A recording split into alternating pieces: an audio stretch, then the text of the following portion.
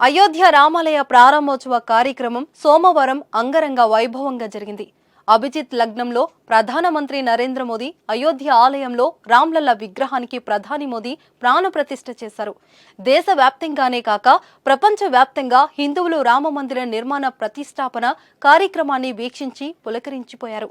రామమందిర ప్రారంభోత్సవం అనంతరం లక్షలాది మంది భక్తజనం ఆ శ్రీరాముని దర్శనం కోసం అయోధ్యకు తరలి వెళ్తున్నారు.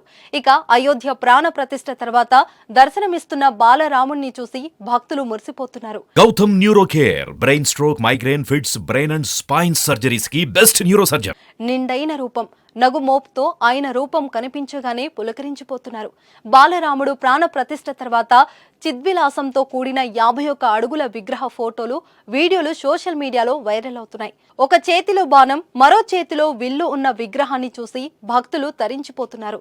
తాజాగా మరో వీడియో ఇప్పుడు రామ భక్తులను కనువిందు చేస్తుంది.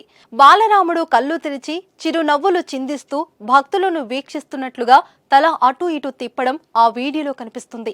ఇది నిజమైన వీడియో కానప్పటికీ భక్తులు మురిసిపోతున్నారు. నిజంగా రాముడే కళ్ళు తెరిచి చూసి నవ్వినట్లు భావిస్తున్నారు. అయితే ఆ వీడియోను ఆర్టిఫిషియల్ ఇంటెలిజెన్స్ ను ఉపయోగించి తయారు చేశారు. రాముడికి ప్రాణం పోసిన ఆ వీడియో చూస్తున్న ప్రతి ఒక్కరూ జై శ్రీరామ్ అంటూ పులకరించిపోతున్నారు. రామ భక్తులకు తెగ నచ్చేసింది.